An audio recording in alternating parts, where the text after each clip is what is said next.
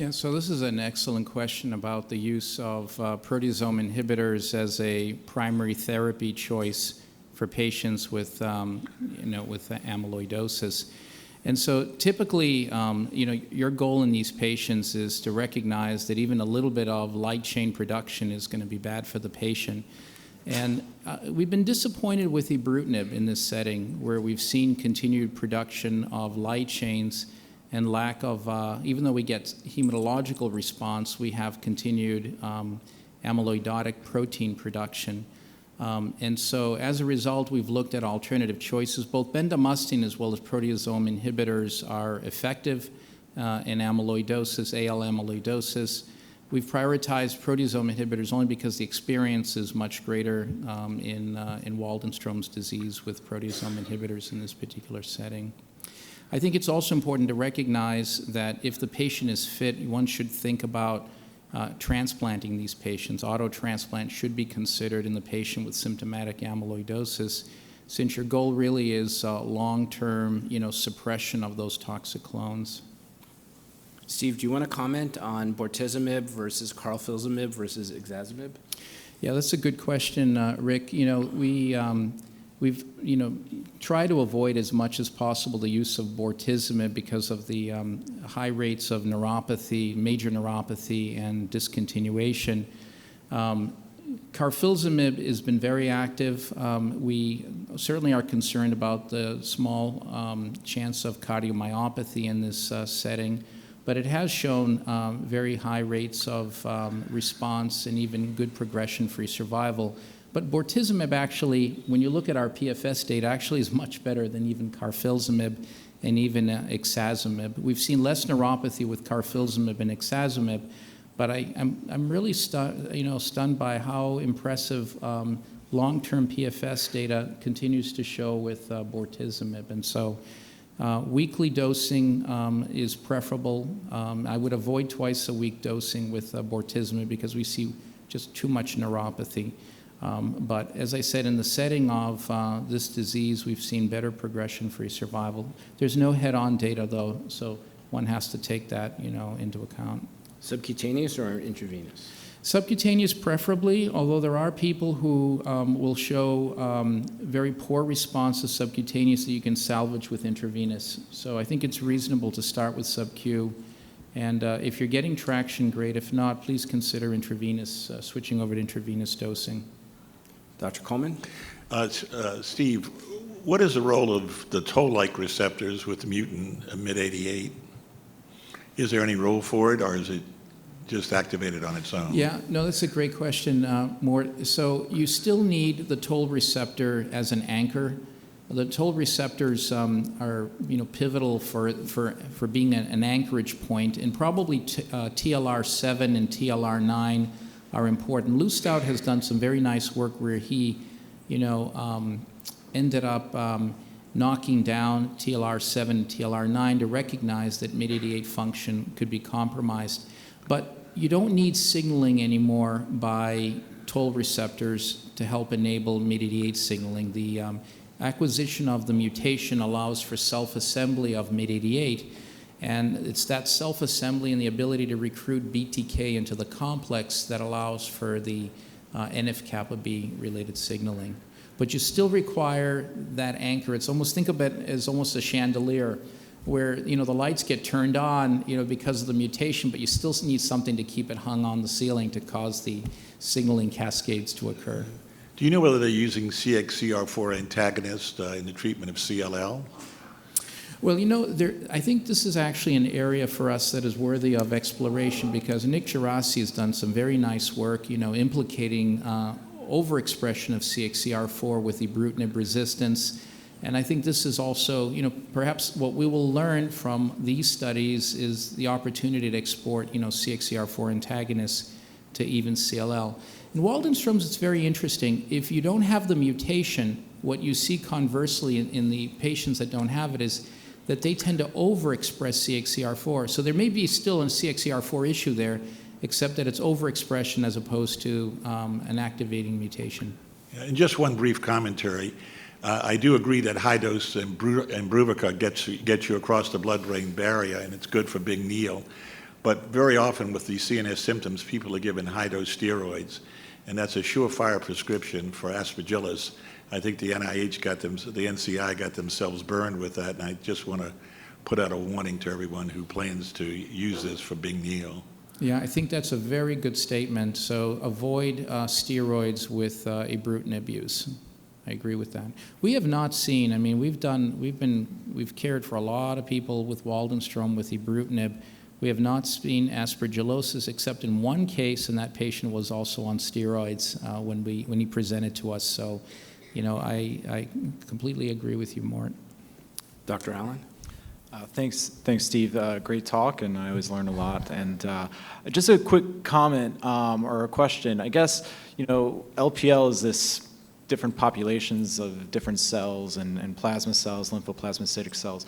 You know, we know ibrutinib is not very effective in myeloma and these plasma cell compartments. So I guess my question is, do you see differences in the CXCR4 mutated Waldenströms in terms of different percentages of these populations, and how, you know, if we can't eliminate this plasma cell population potentially, how does that factor into the biology of the disease and potentially resistance to ibrutinib?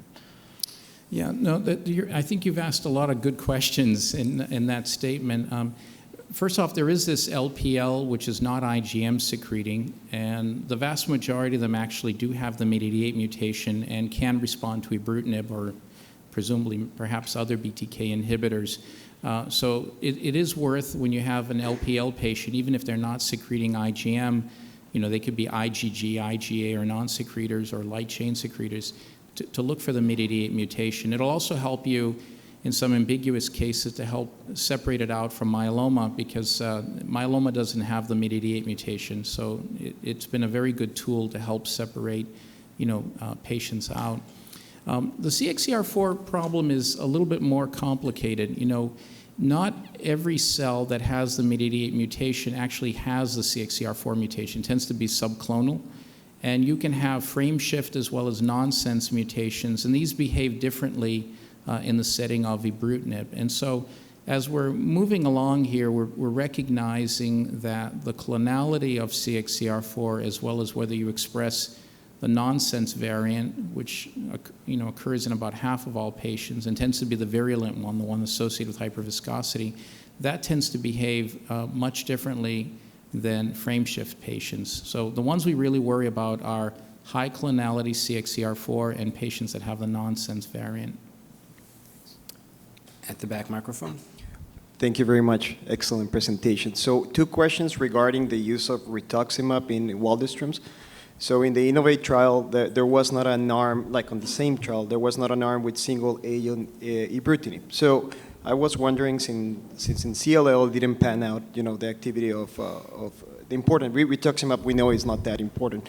So in your view, what is the role of rituximab with ibrutinib in Waldenström's? Is it just to you know, decrease the disease burden by itself, or do you think it has a long-term impact on the disease per se? And another question is, what is the role, I know, what is the role of maintenance rituximab in Waldenström? I know it's a series, I believe, published by your group, Dr. Treon. Do you use it, or would you recommend it? Because I also think it's just the improvement on PFS as well. So thank you. No, 2 awesome questions. So you may have noticed I used the word regulatory trial, you know, when I was describing Innovate, and I think, you know, without question, you know, what was missing there was that third arm of ibrutinib alone. And when we look at our ibrutinib monotherapy data from our both previously treated population and frontline population, the response rates actually are very similar.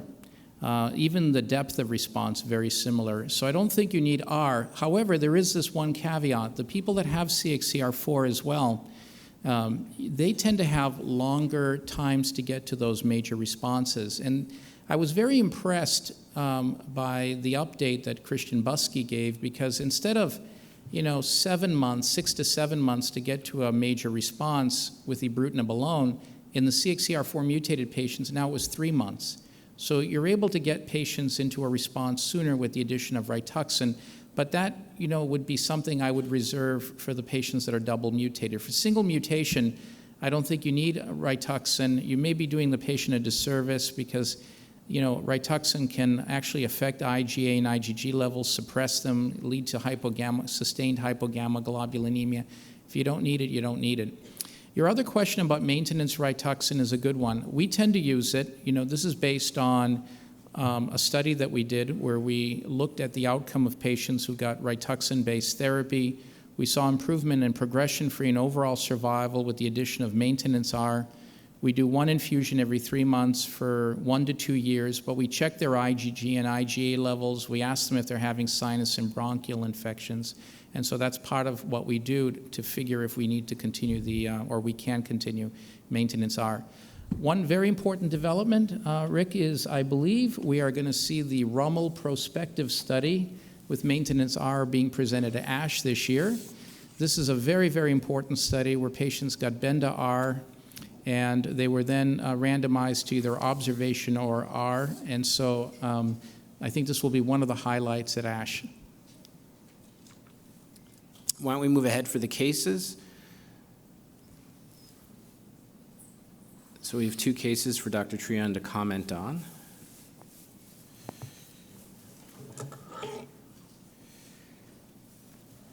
So Mr. M is a 72-year-old man who's referred from neurology for evaluation of an IgM spike at 2,500 milligrams per deciliter in the setting of peripheral neuropathy.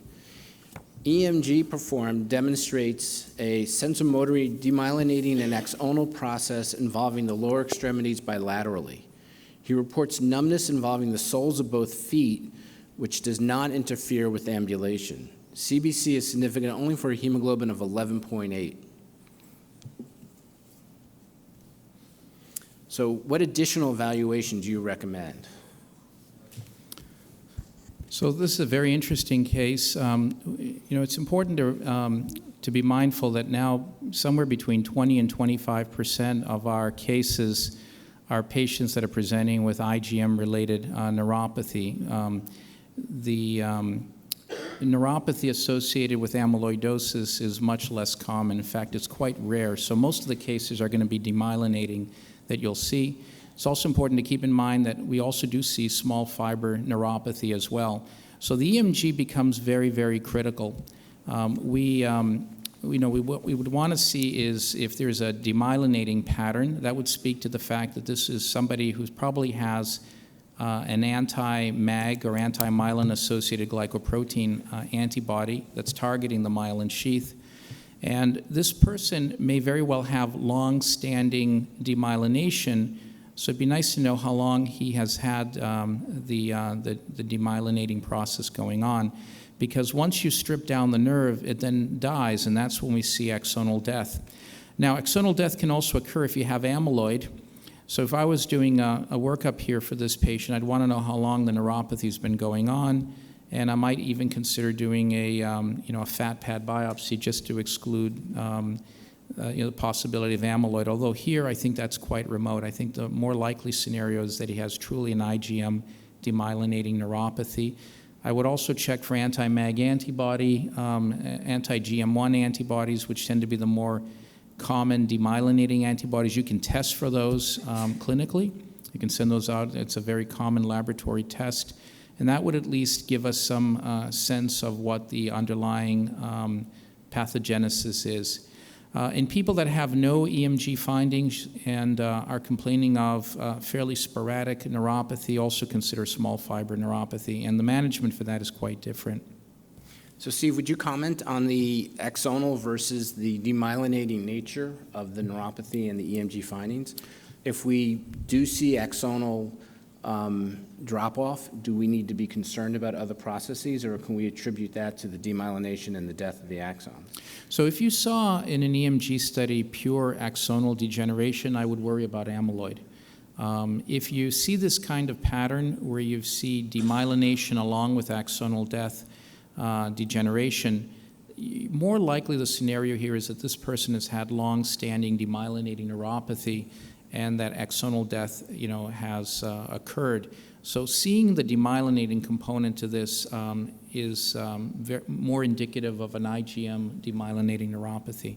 The management is very different, so that's why getting this right from the beginning is very important, and I would encourage you always get EMG studies. Many times these aren't done in advance, of the patient being seen, but try to get a good EMG study done so you have at least some bearing as to what's going on. And would you comment, are there antineuronal antibodies identified that fit with small fiber motor neuropathy? Yeah, unfortunately, none that we can reliably, do much with at this point in time. Yeah. So would a MAG antibody rule out if that was sort of involved, a small fiber? Well, if you get you should always get the MAG and GM1 antibodies. If those are positive, you have to look at the titer. You can have weekly positive titers, but strong, titers will help make a very strong case for this being an IgM demyelinating neuropathy and not small fiber. And what proportion of anti-IgM or antineuronal IgM-associated neuropathies do we not find anti-myelin-associated glycoprotein or anti-sulfatide or anti-ganglioside antibodies in? Yeah, that's a great question, Rick. We did a series that we presented at ASCO 2010, and in fact, only 25% of all the demyelinating neuropathy determined by IgM did we pick up a antineuronal antibody. So if you don't see it, don't exclude the diagnosis. I think it's all about pattern recognition. These tend to be symmetrical. They always start in the toes or soles. They tend to ascend upward. Somewhere between the sock line and the knee, they skip and then involve the fingertips. That's a classical sensorimotor demyelinating process. And you have to check for the antibodies as part of your workup. But in the absence of detecting them, go with pattern recognition and go with the fact that the EMG study is showing a demyelinating pattern. And I guess that's very dependent upon how high your socks are. Depends, exactly. But this is a great case because it's showing us how we need to be also neurologists, good neurologists, beyond just our hematological and oncological skill sets. And it is good to involve, somebody at your institution or seek out the expertise. Because if you don't treat these patients,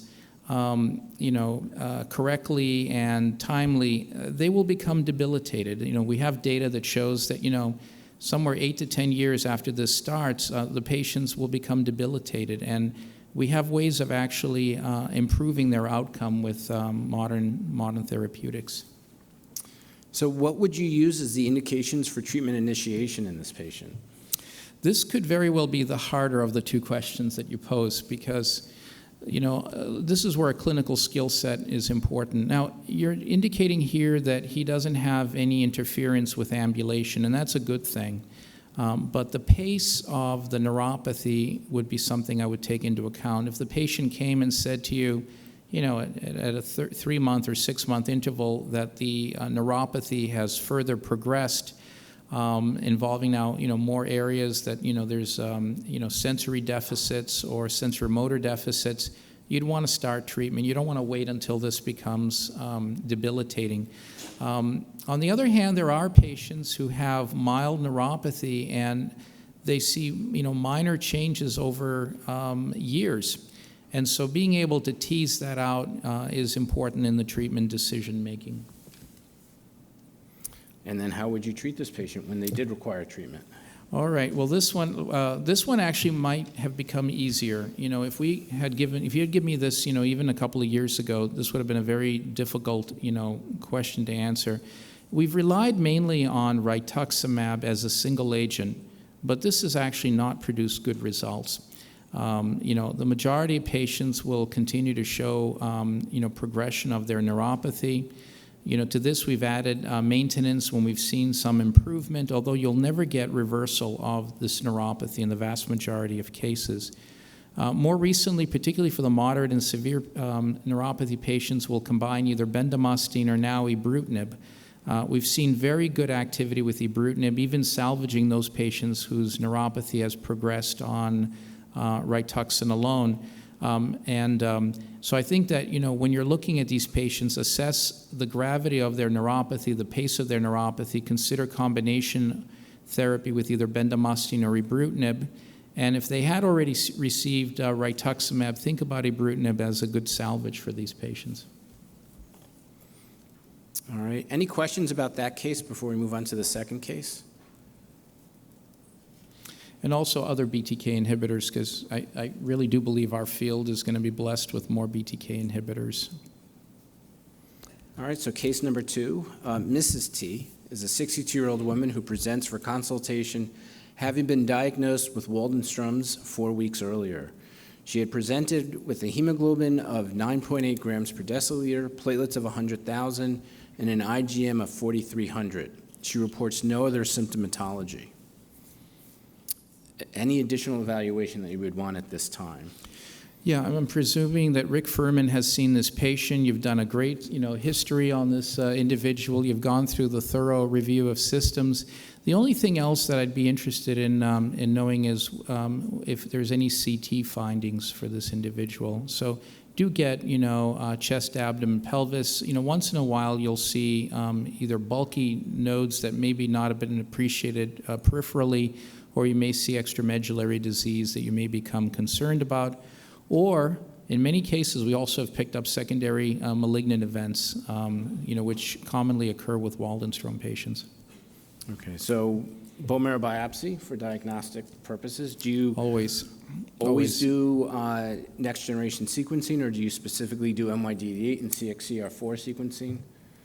Yeah, so this individual should get a bone marrow biopsy because central to the Waldenström, I think when you said diagnosed with Waldenström's, I presume apologize. A bone marrow biopsy had been done, but you need that in order to be able to make the definitive diagnosis. And I do think if you can get MYD88 and CXCR4 testing done, I think it's appropriate at this stage.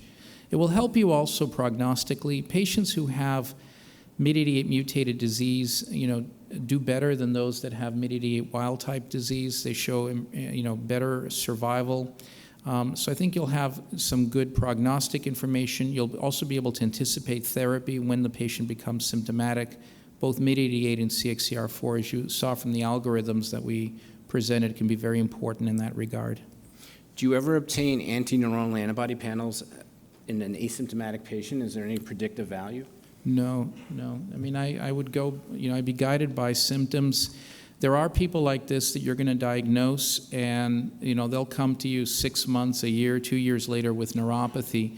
But, you would have done nothing different because here, too, you're going to gauge the severity and pace of the neuropathy in terms of your treatment decision-making. Any role for bone densitometry or other Yeah, that's a great question. I mean, in the absence of really having a reason for doing it, we wouldn't. I mean, this isn't myeloma. Very, very, very, very rarely are you going to see any skeletal-related events. I probably can count on 1 or 2 hands how many we've seen, in 20 years' time. But they can occur. And so if you're guided for some reason to thinking that somebody may have had a skeletal-related event, fair game. But otherwise, it's not part of the routine screening. What would be the indications for treatment initiation in this patient? Yeah, so this patient has a hemoglobin of 9.8. So when we look at reasons for starting therapy, they can include, being symptomatic from anemia. So hemoglobin of less than 10 is on the, in our guidelines, platelet count of 100,000 or less. IgM itself has not been part of the guidelines, although we have data now suggesting that even if the patient is asymptomatic, an IgM level of above 6,000 puts that patient at high risk. So one could consider initiating therapy at that point in time. Based on the WM consensus guidelines, this patient looks like they would be meeting guidelines for therapy, although I think it's a little bit of a gray area sometimes because, if very well this patient could be anemic like this but not be symptomatic. So we would probably want to know if she's fatigued, if she's given up things like going to the gym or not doing her runs. I mean, sometimes you have to flush out somebody being symptomatic by asking those questions. So we have She reports no other symptomatology. Bone marrow biopsy confirms Waldenström's macroglobulinemia.